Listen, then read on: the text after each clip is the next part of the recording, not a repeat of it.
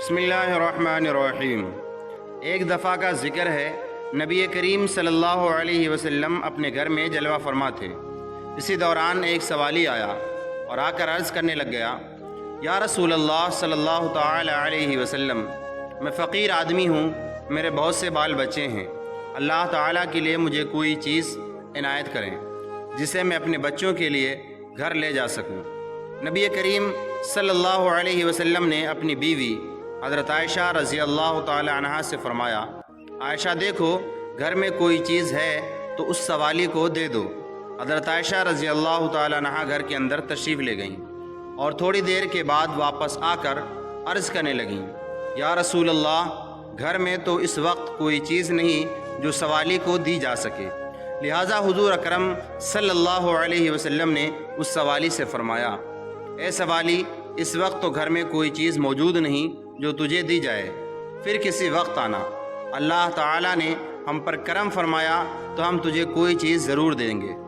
سوالی کہنے لگا، یا رسول اللہ، میرے بچے گھر میں میرا انتظار کر رہے ہوں گے، وہ آس لگائے بیٹھے ہوں گے کہ رسول اکرم صلی اللہ تعالیٰ علیہ وسلم کی بارگاہ سے ہمیں کوئی نہ کوئی چیز مل ہی جائے گی، لہٰذا کاشان نبوت سے اگر گھر خالی ہاتھ واپس گیا تو ان کی امید ٹوٹ جائے گی اور مجھے اچھا نہیں لگتا۔ حضور اکرم صلی اللہ علیہ وسلم نے حضرت عائشہ سے فرمایا کہ جاؤ ایک بار پھر دیکھو، کوئی چیز ہو تو لے آؤ۔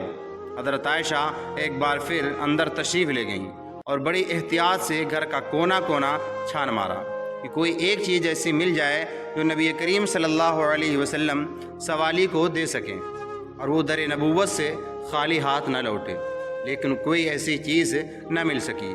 حضرت عائشہ صدیقہ رضی اللہ تعالی عنہا نے آ کر عرض کی، یا رسول اللہ، قسم ہے اس ذات کی جس نے آپ کو سچا نبی بنا کر بھیجا، میں نے بڑی احتیاط سے گھر میں دیکھا مگر اس کھجور کی گٹھلی کے سوا گھر میں کوئی اور چیز نہیں ملی جو آپ صلی اللہ علیہ وسلم سوالی کو دے سکیں۔ آپ صلی اللہ علیہ وسلم نے حضرت عائشہ کے ہاتھ سے کھجور کی گٹھلی لے کر اس سوالی کو دے دی اور فرمایا، اے سوالی، ناراض مت ہونا، کیونکہ میرے گھر میں اس وقت صرف یہی ایک گٹھلی ہے، اس کے علاوہ اور کوئی چیز نہیں جو میں تمہیں دے سکوں۔ اس سوالی نے وہ گٹھلی لی اور گھر واپس چلا گیا۔ گھر جا کر اس نے گھر والوں سے کہا، اللہ کے نبی کے گھر میں بھی اس گٹھلی کے سوا کچھ نہیں جو آپ صلی اللہ علیہ وسلم ہمیں دیتے۔ یہ سن کر وہ سب رونے لگے۔ پھر جب انہیں بھوک نے خوب ستایا اور بھوک کی وجہ سے نڈھال ہونے لگے تو اچانک اس آدمی نے وہی گٹھلی اپنے منہ میں رکھی اور اسے چوسنے لگا۔ اس نے محسوس کیا کہ اس گٹھلی میں سے دودھ اور شہد نکل کر اس کے حلق میں داخل ہو رہا ہے۔ وہ کافی دیر تک اس گٹھلی میں سے دودھ اور شہد چوستا رہا۔ پھر جب وہ شکم شیر ہو گیا تو اس نے اپنی بیوی سے کہا، بڑی حیرانی کی بات ہے کہ اس گٹھلی میں سے دودھ اور شہد نکلتا ہے، لو تم بھی چوس کر دیکھ لو۔ یہ کہہ کر اس نے گٹھلی اپنی بیوی کو دے دی۔ اس نے گٹھلی منہ میں رکھی تو واقعی اس میں دودھ اور شہد نکلنے لگا۔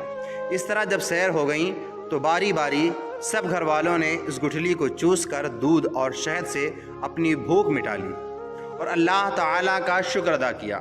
پھر انہوں نے اس گٹھلی کو تبرک سمجھ کر کہ یہ حضور صلی اللہ علیہ وسلم کے گھر سے اور حضور صلی اللہ علیہ وسلم کے ہاتھ سے چھو کر آئی ہے، اسے کپڑے میں لپیٹ کر رکھ لیا۔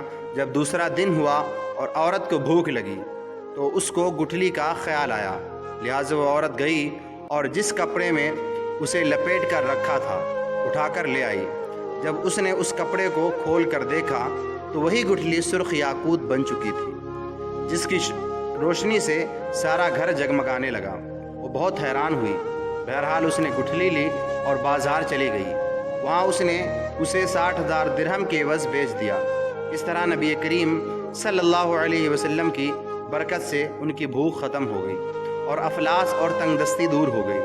مالک کونین ہیں، گو پاس کچھ رکھتے نہیں، دو جہاں کی نعمتیں ہیں ان کے خالی ہاتھ میں، آتا ہے فقیروں پہ انہیں پیار کچھ ایسا، خود بھیک بھی دیں، خود کہیں منگتے کا بھلا ہو۔